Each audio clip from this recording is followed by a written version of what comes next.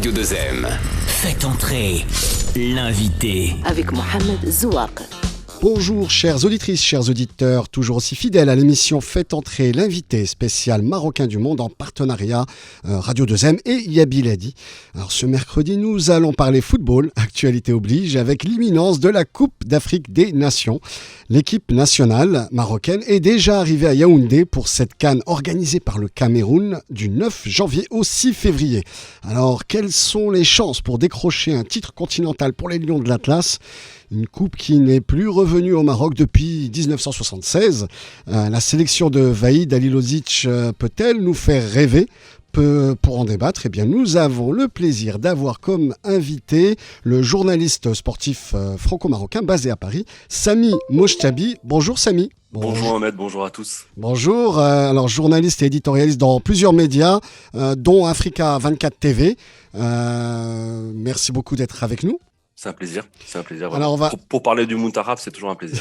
Évidemment, vous êtes un féru de football et je pense que vous avez comme beaucoup de Marocains suivi les différentes participations du Maroc, que ce soit en Coupe du Monde ou en Coupe d'Afrique. Alors justement, on va commencer un peu avec une question un peu globale sur cette CAN 2021, mais qui se joue en 2022, déjà d'un point de vue global, avec une première polémique avec les clubs européens qui ont eu du mal à lâcher ou qui ont encore du mal à lâcher leurs joueurs africains. Quel est votre avis, déjà d'un point de vue global, sur cette CAN qui va bientôt débuter cette semaine ? Oui, on a vu que ça a été très compliqué pour réussir à débloquer plusieurs joueurs. Et encore, c'est pas que le Maroc, plusieurs sélections africaines n'ont pas pu. Au Maroc, on a eu un petit peu de chance quand même, puisque récemment, Massina et Louza avaient été aussi priés de rester en Angleterre. Et la fédération a réussi à pousser, et les joueurs aussi ont réussi à imposer leur voix. Mais c'est vrai qu'il y a plusieurs joueurs, notamment à Wolverhampton, souvent des clubs de PL, qui n'ont pas pu rejoindre cette CAN.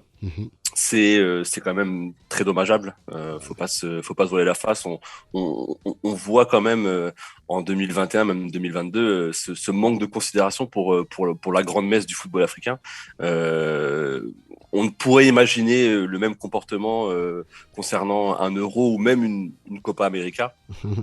Donc moi, ce qui m'a le plus dérangé, pour être honnête, c'est le manque d'implication, on va dire, des stars du football africain, des stars actuelles, qui ne se sont pas prononcées, qui n'ont pas élevé leur voix pour justement essayer de dénoncer ce traitement de la part des clubs européens. On a eu quelques joueurs, notamment Sébastien Haller, le numéro 9 de l'équipe de Côte d'Ivoire et aussi de l'équipe de l'Ajax d'Amsterdam, qui lui, justement, s'était plaint de ce traitement. Il y a eu aussi Patrick Vieira, l'entraîneur de Crystal Palace, qui aussi avait dénoncé un petit peu cette façon de procéder de la part des clubs européens et notamment des clubs de PL.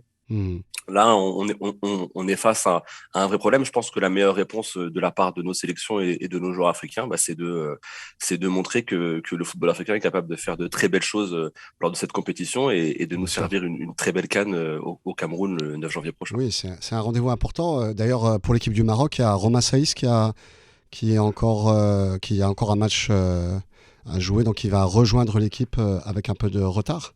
Oui, il y a eu Saïs, il y a eu, pour ce qui est du Maroc, on a eu aussi Bounou et Haddadi qui étaient aussi sur le pont récemment. C'est vrai que pour ce qui est de la préparation, c'est clairement un handicap pour valider son staff, puisque on ne bénéficie que d'une partie de l'équipe pour essayer de faire les derniers réglages. Déjà qu'avec le Covid, on sait que c'est très compliqué. Il n'y a pas eu de matchs amicaux. Il devait y en avoir un contre le Burkina, il me semble, qui devrait être annulé.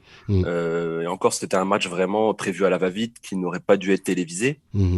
Le match devrait être annulé. Donc c'est vrai que cette façon de procéder de la part des clubs européens ne facilite pas la préparation à cette Coupe d'Afrique. En tout cas, on va dire que les conditions de préparation ne sont pas optimales. Oui, en plus, donc comme vous l'avez souligné, une Coupe d'Afrique qui se joue en pleine pandémie Covid-19 et en pleine résurgence ou nouvelle propagation avec ce variant Omicron. Malgré tous ces déboires, c'est un rendez-vous extrêmement important pour le football continental, le football africain. Alors pour vous, quels sont les favoris de cette CAN 2021 jouée en janvier 2022 ?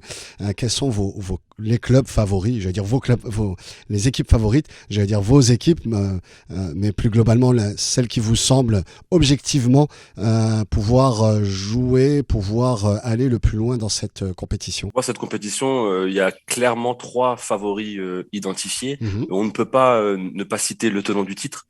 Évidemment, l'équipe d'Algérie, les Fennecs, qui sont sur une dynamique de victoire et de matchs sans défaite assez impressionnante, sans noter non plus, enfin sans oublier non plus leur capacité à jouer en équipe. Ils ont un vrai collectif. Il y a quelque chose de très bien mis en place de la part de Belmadi depuis presque 3 ans.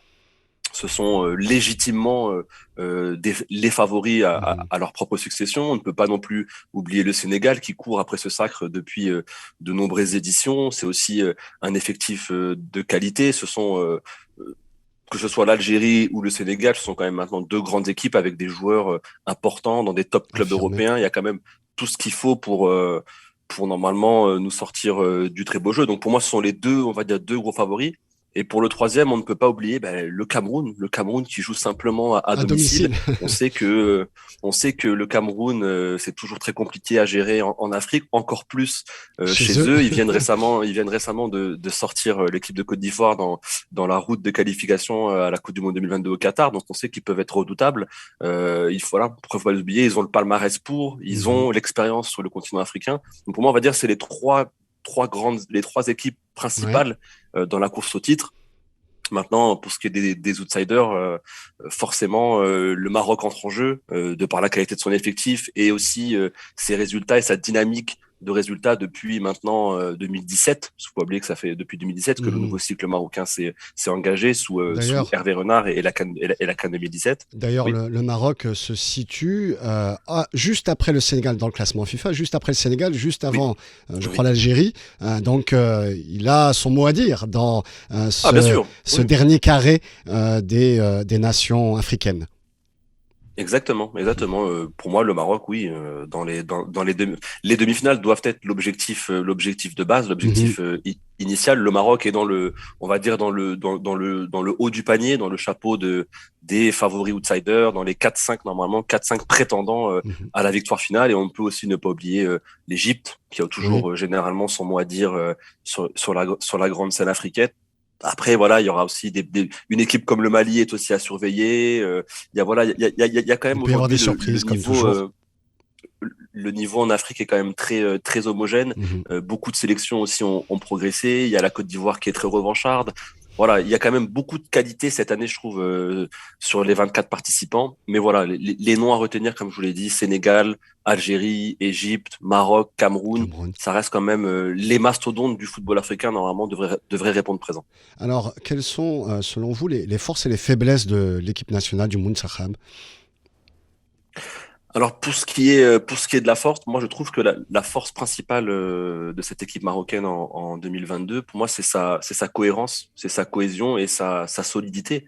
On l'a vu, le Maroc, je crois que la dernière défaite officielle, je parle pas des équipes à prime ou autres, c'est contre le Gabon. On se rappelle, c'était un match assez spécial avec une équipe B. C'était un match amical pas forcément très bien préparé et qui ne comptait pas forcément pour du vrai, on va dire. C'était pas une compétition officielle.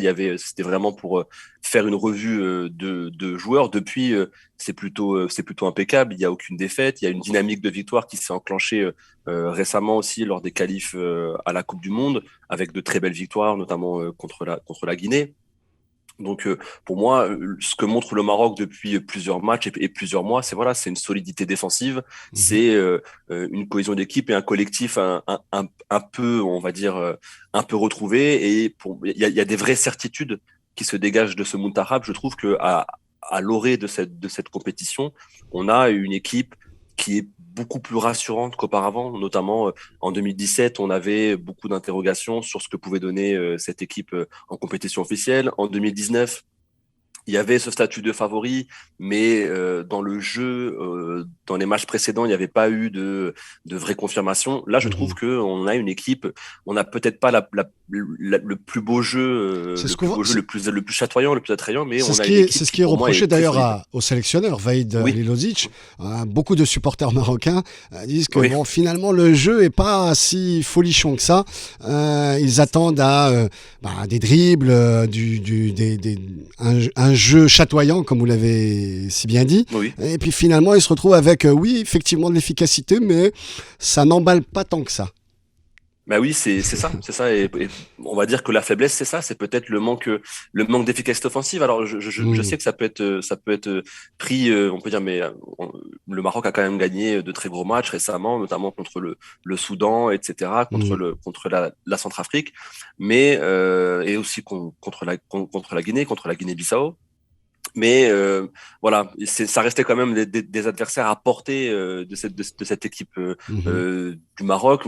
Moi, je pense que voilà, la principale faiblesse, c'est que offensivement, on ne sait pas encore comment le Muntarab va se comporter face à un gros Drafik. Et c'est pour ça que le match d'entrée contre le Ghana est très excitant, puisque le Ghana est une équipe en construction, mais le Ghana est une équipe installée quand même dans le giron africain. Ils ont des joueurs de qualité, notamment le jeune Kudus qui vient de percer à l'Ajax, ou le jeune Souleymana qui joue aussi à Rennes en Ligue 1, qui montre de très grandes qualités. Voilà, ça va être un vrai test intéressant. Enfin, une équipe consistante face à ce Muntarab, et on veut voir ce que va donner le Maroc face à un favori, face à une grande équipe. Personnellement, je suis plutôt optimiste puisque, comme je vous l'ai dit, les bases du football sont solides et sont présentes dans cette équipe du Muntarab, et c'est ce qui est rassurant aujourd'hui. Effectivement, premier match avec le Ghana, il y a aussi les Comores qui fait peut-être office. D'ailleurs, justement, parlons un peu de cette poule. Pour vous, hormis le Ghana, le Maroc n'a pas trop à s'inquiéter, ou bien attention, il faut quand même faire attention aux petits nouveaux qui peuvent créer la surprise. Les Comores peut-être ou l'autre équipe que j'ai oublié le Gabon. Le Gabon, merci. Ou le Gabon qui effectivement a déjà, vous l'avez souligné, a marqué la dernière défaite du Muntarab. Est-ce qu'on doit quand même s'inquiéter ou on peut être d'une certaine manière rassuré par cette poule qui est plutôt favorable au Maroc? Oui, après, on sait très bien partir de la célèbre maxime que tout est possible dans le football, mais objectivement et logiquement, aujourd'hui, le Maroc est le favori indéniable de cette poule. C'est une poule qui est normalement largement à sa faveur et dans ses cordes. À part le Ghana, et encore, le Ghana est en reconstruction, hein, ce n'est plus le Ghana de 2010 ou 2014 qui avait fait rêver les supporters africains en Coupe du Monde. C'est une équipe avec des cadres vieillissants et des stars qui sont quasiment plus présentes. Normalement, le Maroc ce serait un véritable échec, hein, sincèrement, de ne pas passer la aux poule. deux premières places. Après, on sait que la troisième est potentiellement qualifiable avec cette nouvelle version de la Coupe d'Afrique des Nations à 24. Mais normalement, sans faire preuve de condescendance ni manquer de respect aux adversaires cités, les Comores, ça reste dans les corps de cette équipe du Maroc. Le Gabon, pareil. Le Gabon, on sait qu'on a un très mauvais souvenir en 2012, ce fameux 3-2 jusqu'à la 95e qui a fait mal à tant de Marocains et qui nous fait encore mal, hein, quand on l'évoque. Normalement, c'est pareil. C'est un Gabon qui aujourd'hui est en proie à beaucoup de soucis avec sa fédération, avec ses joueurs. Sincèrement, je pense que cette équipe du Maroc a toutes les forces vives pour sortir de cette poule en tête. Surtout que les moyens ont été mis de la part de la fédération et puis les joueurs qui ont été sélectionnés. Tout a été mis en œuvre. D'ailleurs, plusieurs ont pu rejoindre le Maroc via jet privé puisque les frontières sont fermées et le seul moyen pour rentrer au Maroc était ces vols privés. Alors justement, rembobinons un petit peu la cassette par rapport à cette équipe. La dernière victoire, la seule et unique victoire de cette coupe, pour cette coupe continentale, c'est en 1976. Ça fait vraiment longtemps qu'on attend une coupe continentale au Maroc. Et sinon, la seule fois où on a été finaliste, je crois, c'était en 2004, l'époque de Neybet, Chammar et d'autres encore, avec comme sélectionneur Badou Zaki. Est-ce qu'on peut, enfin déjà, est-ce que la CAN n'est pas une sorte de compétition un petit peu qui ne nous réussit pas? Et est-ce qu'on peut briser ce mauvais sort jeté depuis 1976 pour parler de la victoire et 2004 pour la finale? Clairement, il y a aussi il me semble, une troisième place Oui, en 80, il me semble. Donc ça reste quand même très très faible, hein. Le Maroc est une grande nation du football africain. Le oui. Maroc est entré dans l'histoire du football africain, mais n'a pas le palmarès qu'elle devrait avoir, qui lui devrait comment dire, qui devrait être présent dans nos vitrines à la fédération. Ce n'est pas logique que cette équipe marocaine n'ait qu'une seule CAN quand on compare aux autres grands d'Afrique comme le Cameroun, l'Égypte ou le Nigeria, qui sont dans des sphères, quand on évoque leur nombre de CAN, c'est quasiment inimaginable pour le Maroc, alors que le Maroc, que ce soit son football de club, son football de sélection, que ce soit les joueurs qu'ils apportent au football international, qu'ils apportent au football européen, Mhm. aujourd'hui, le Maroc est une nation majeure, que ce soit son histoire avec la Coupe du Monde, premier pays à avoir gagné un match en Coupe du Monde, premier pays africain, pardon, à avoir gagné un Mhm. match en Coupe du Monde, premier pays africain à avoir franchi les poules en Coupe du Monde. Le Maroc est dans l'histoire du Mhm. football africain, mais n'a pas le palmarès qui lui est dû. Donc oui, là il y D'une a quelque équipe chose à comme faire. Est-ce que ce sera la bonne année? le palmarès d'une équipe comme l'Égypte par exemple, qui Exactement, exactement. effectivement, Alors que dans l'imaginaire des gens oui. et dans la tête des gens, le Maroc est une grande sélection africaine. Mhm. Et c'est vrai que quand on creuse un peu plus et qu'on voit que le Maroc n'a qu'une seule CAN et qu'une seule autre finale, on est en droit de se poser des questions. Ce n'est pas logique qu'avec le potentiel du royaume, on ne puisse pas avoir un palmarès beaucoup plus garni. Donc est-ce que ce sera la bonne année? Les conditions sont plutôt favorables. Comme vous l'avez très bien dit, le Maroc a fait les efforts avec la façon de rapatrier les joueurs et même la qualité du staff, la Mhm. qualité des installations, parce que si c'est un travail qui s'est fait en amont avec le Depuis centre plusieurs Mohamed VI. années. Voilà, il y a eu quand même beaucoup de choses, beaucoup d'investissements dans le football marocain Mhm. qui s'est professionnalisé pardon, à vitesse grand V et qui aujourd'hui, en termes d'infrastructure et d'organisation, n'a rien à envier aux plus grandes fédérations européennes ou internationales. Donc oui, aujourd'hui, tout est réuni, tous les feux sont verts, je pourrais dire. Et maintenant, voilà, après, c'est la grande loterie du football. Si tout se passe bien, si les momentum s'alignent, pourquoi pas. Mhm. Mais c'est clair que le Maroc doit faire plus et doit posséder plus en termes de palmarès. Alors il y a effectivement beaucoup de moyens qui ont été mis et normalement toutes les conditions sont favorables pour aller loin dans cette compétition continentale. Malgré tout, il y a eu quelques éléments un peu polémiques autour notamment des choix de joueurs. Trois cas polémiques que je vais citer notamment Abdsamad El Zelzouli, la petite pépite du Barça, qui a été sélectionné, qui s'est montré plutôt content de cette sélection. Et puis ensuite, il y a eu des tensions, d'abord avec le club, et puis finalement aussi avec la fédération espagnole qui voudrait lui faire les papiers, puisqu'il n'est que marocain, il n'a pas la nationalité espagnole, rapidement pour pouvoir le sélectionner au sein de l'équipe espagnole.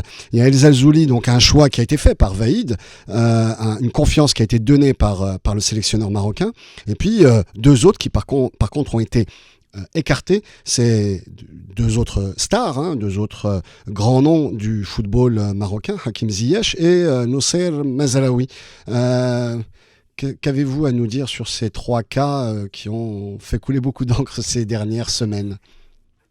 Oui, bah, on va commencer par les cas Oui. Ziyech et Mazraoui, auxquels on pourrait aussi attacher, bon, de manière un peu moindre, mais le cas Amin Harit, qui Mhm. aussi, par exemple, a marqué récemment avec l'Olympique de Marseille en Coupe de France, qui sont trois joueurs, trois noms Oui. de cette sélection marocaine, trois bons joueurs et trois grandes stars du football marocain actuel.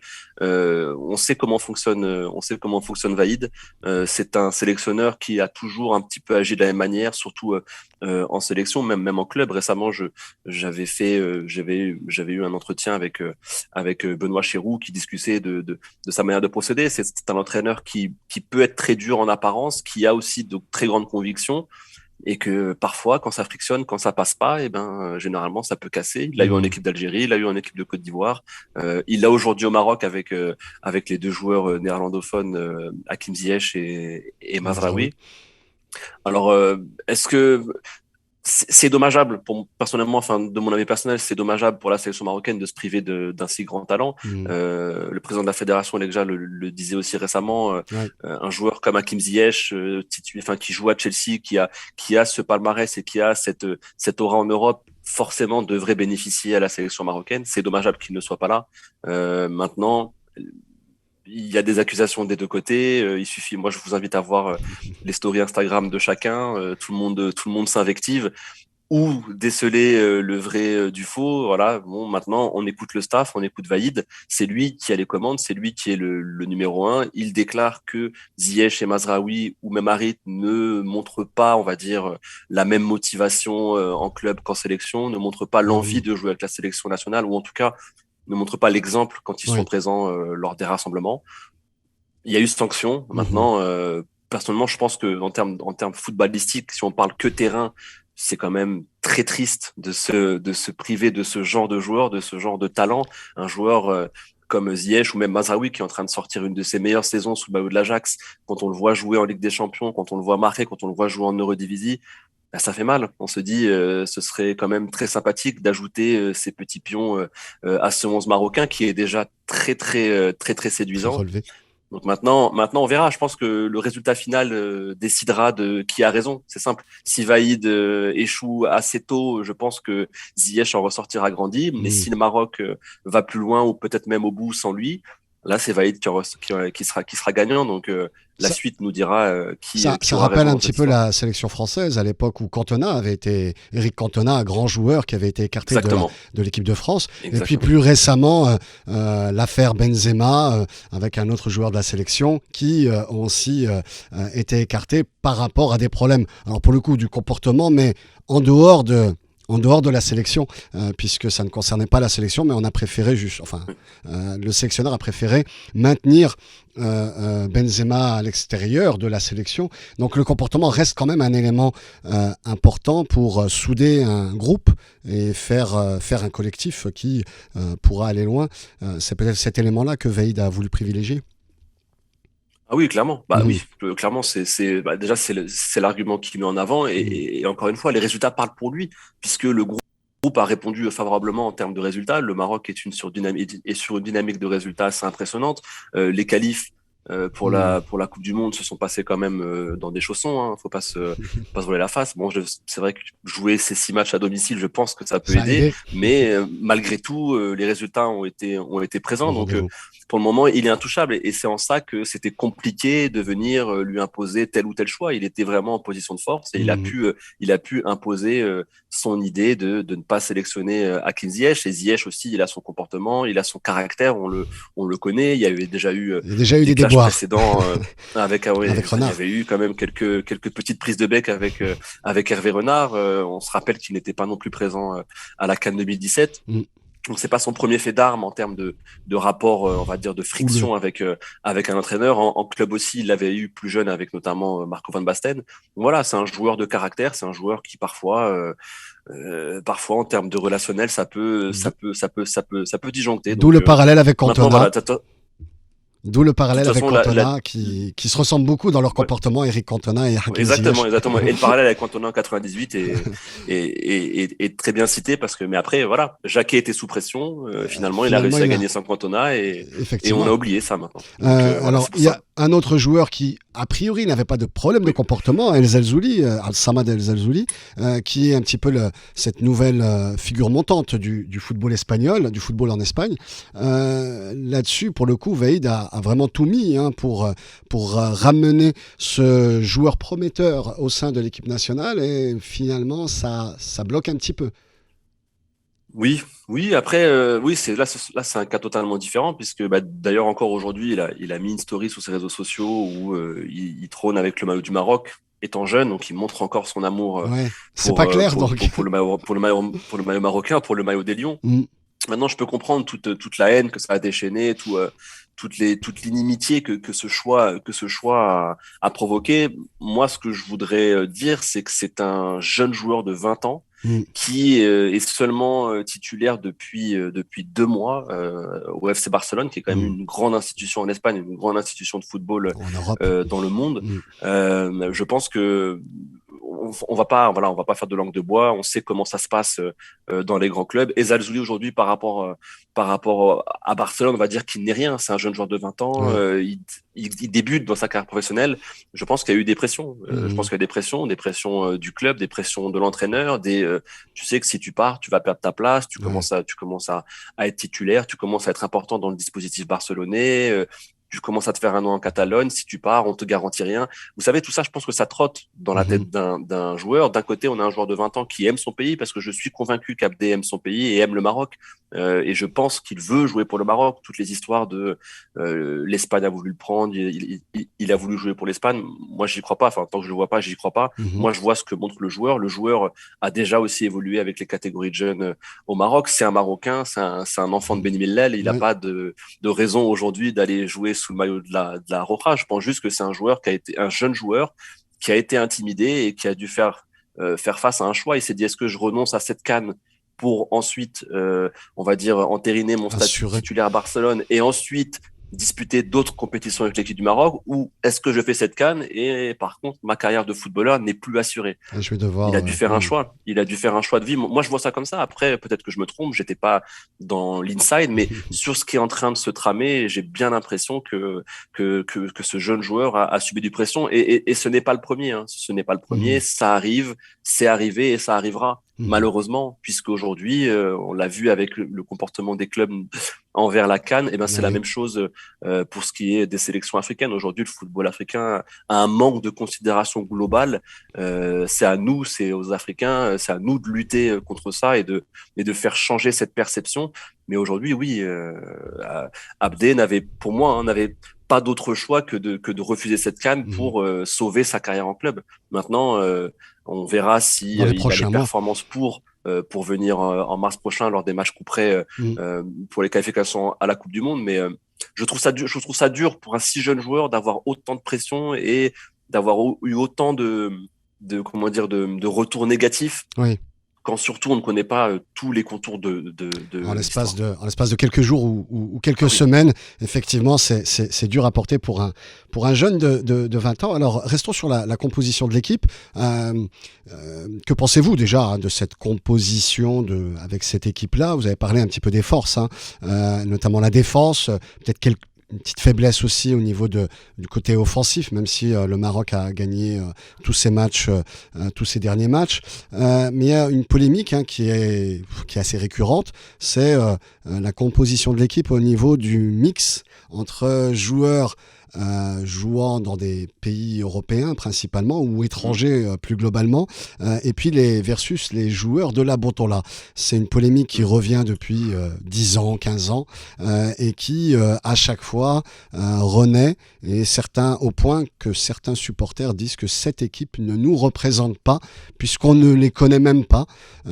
Certains sont en D2 de certaines divisions, en D2 de certains championnats européens, et qu'il n'y a aucune raison que des joueurs du Raja, des Phares, du Wydad ne soient pas sélectionnés alors qu'ils ont prouvé lors du Chan ou bien de la coupe de football des pays arabes, ont prouvé qu'ils méritaient leur place dans cette sélection. Qu'en pensez-vous ? Ça, c'est un débat touchy. Vous me mettez dans la sauce, comme on pourrait dire. Mais après, sincèrement, je pense que le sélectionneur voit énormément de matchs, voit énormément de joueurs. Il n'y a pas de condescendance vis-à-vis du CHAN ou de la coupe des pays arabes, mais c'est une réalité, c'est factuel, c'est quand même des compétitions au niveau moindre par rapport au niveau des championnats européens ou même de la CAN. C'est quand même il y a une différence pour moi de niveau. Je ne dénigre pas le Botola, il y a de très bons joueurs qui en sortent. Il y a de très bons joueurs qui évoluent aujourd'hui. On l'a vu notamment avec Chibi. Il y a aussi le gardien du Raja Diti. Il y a quand même des talents qui en sortent. Il faut pas cracher dans la soupe. Le Botola est encore un championnat qui forme de très bons joueurs. Le jeune Dari du Wydad aussi est un prospect immense et qui sera amené peut-être à jouer plus tard dans des plus hautes sphères, mais Mhm. aujourd'hui, je peux comprendre qu'au Maroc, quand on voit un joueur par exemple comme Louza qui ne jouait pas forcément à Watford, qui a été appelé alors Ouais. qu'il était pas, il avait quoi, il avait 3-4 matchs avec son équipe, c'était plutôt compliqué pour lui.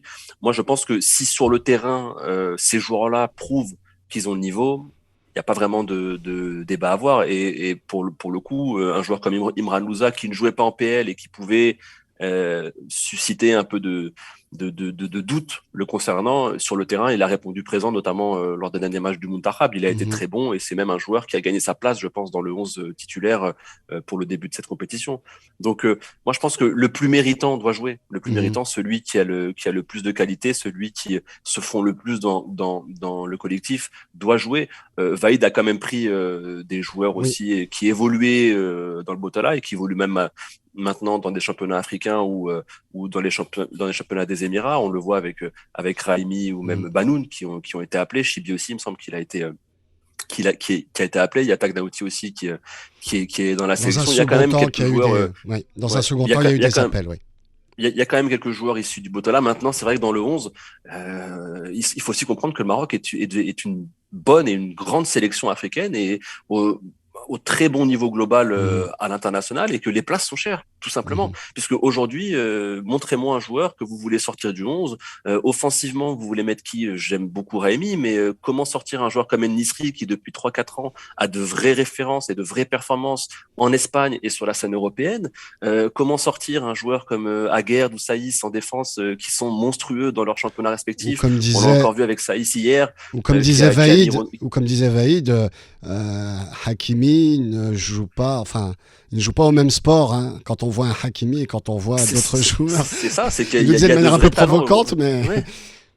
C'est ça, c'est que c'est compliqué. Il y a de vrais talents dans cette sélection. Bounou est monstrueux ouais. en Liga. C'est le gardien avec le plus de clean sheet en 2021. C'est juste qu'aujourd'hui, on a un 11 avec des joueurs marocains qui ont de vraies références et de vraies performances. Alors après, on peut chipoter sur un ou deux postes, je veux bien l'entendre, au Mhm. milieu peut-être, et encore.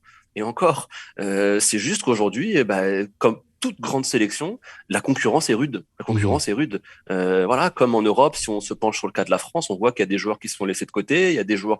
C'est comme ça, c'est le très très haut niveau. Et aujourd'hui, le Maroc est une équipe de très haut niveau avec des joueurs de très haut niveau. Alors, dernière question, Sami Moustabi. La méthode Vaïd, une méthode particulière, est-ce que la méthode Vaïd marchera avec le Maroc, qui a connu quand même de nombreux sélectionneurs et même des périodes où il a, entre guillemets, cramé beaucoup de cartes de sélectionneurs. Est-ce que cette méthode Vaïd, qui a réussi à construire des équipes fortes et à créer une vraie dynamique dans certaines équipes nationales, hein, on pense à l'Algérie notamment, est-ce que cette méthode Vaïd marchera avec l'équipe marocaine pour construire une équipe forte sur du long terme? Bah pour le moment, force est de constater que ça fonctionne. Ça fonctionne. Il est en poste depuis 2 ans. On va dire qu'il n'a pas été épargné par la presse marocaine. La Hein. presse Il a été nationale. parfois, il a été parfois bougé. Notre ami Vaïd, c'est pas facile pour lui tous les jours. À un moment donné, il y a à peu près un an de cela, l'été dernier, c'était même très compliqué. On pouvait même penser à son licenciement. On pensait qu'il allait partir. Il y a même une conférence de presse annoncée où tout le monde pensait que, enfin, en tout cas sur les réseaux sociaux, ça brouillait comme quoi Vaïd allait démissionner et finalement il a tenu bon. Et il a tenu bon que ce soit dans sa posture face à la presse, il a tenu bon sur le Sur ses terrain choix. puisqu'encore une fois il a répondu présent. Mm. Aujourd'hui, ce qui sert un sélectionneur, ce sont les résultats. Quand il va devant le jury de la presse, sa défense, c'est ses résultats. Ouais. Et aujourd'hui, les résultats sont là. Ouais. Il est qualifié pour le dernier tour des qualifs à la Coupe du Monde. Il a fini en tête du groupe de la CAN, du groupe de la Coupe du Monde. Vous voulez quoi de plus aujourd'hui? Alors, encore une fois, je veux bien comprendre que le contenu peut décevoir, mais honnêtement, aujourd'hui, si on me dit que le Maroc remporte la CAN avec un contenu horrible à voir, mais je signe dès demain. Je signe dès demain. Moi, le contenu, ça m'importe peu. Ce qui compte, c'est la victoire au bout, c'est le prestige de remporter une CAN. Donc voilà, on peut chipoter sur le contenu, mais aujourd'hui, force est de constater que la méthode Vaïd, que ce soit dans ses rapports avec les supporters, dans ses rapports avec son staff, qui aussi se déroule très cordialement et se déroule de manière efficace. On le voit avec Hadji qui est prêt à mourir pour lui sur le terrain. Donc c'est quand même des choses. C'est un homme qui est dans le rapport humain, dans le relationnel. Il est doué pour cela. Alors il a eu des clashs, on en a discuté auparavant, mais c'est un homme qui s'est fédéré autour de lui. Et aujourd'hui, moi je trouve que cette équipe du Maroc, et encore une fois, elle est cohérente et elle est derrière son sélectionneur. Revoyant encore les propos de Sami Maillet, il me semble que c'est hier ou avant-hier, qui déclarait que le Maroc, si normalement tout se passe bien et si les joueurs sont concentrés vers le même objectif, ça devrait le faire. Mais moi, ce genre de propos, je le voyais très rarement en amont d'une compétition dans la bouche d'un joueur marocain. Aujourd'hui, avec Vaïd, il a apporté cette confiance à ce groupe et ses résultats aussi ont apporté cette confiance. Donc, en tout cas, aujourd'hui, on est le 4 ou le 5 janvier. Je pense que ça se passe bien. Ça se passe bien. Les résultats sont là. La méthode semble fonctionner. C'est pour ça qu'on a hâte de voir, on a hâte de rentrer dans la compétition. Et j'ai pas vraiment de doute parce que en mode compétition, Vaïd Halilhodžić, c'est une machine. Et je pense qu'il va amener son groupe avec lui. Eh bien, espérons que cette équipe, enfin en tout cas, on souhaite plein de bonheur pour cette équipe, pour qu'elle aille le plus loin possible dans la compétition, dans cette CAN 2021 au Cameroun. Merci beaucoup, Sami Mouchtabi. Vous êtes journaliste et éditorialiste dans plusieurs médias, dont Africa 24 TV. Merci d'avoir été avec nous et de nous avoir donné votre avis, vos analyses sur cette équipe, sur ce Muntakhab. Moi, je vous donne rendez-vous mercredi prochain, même heure, 13h, pour une nouvelle émission Faites entrer l'invité spécial Marocain du Monde. Merci, au revoir. Vivre avec vous.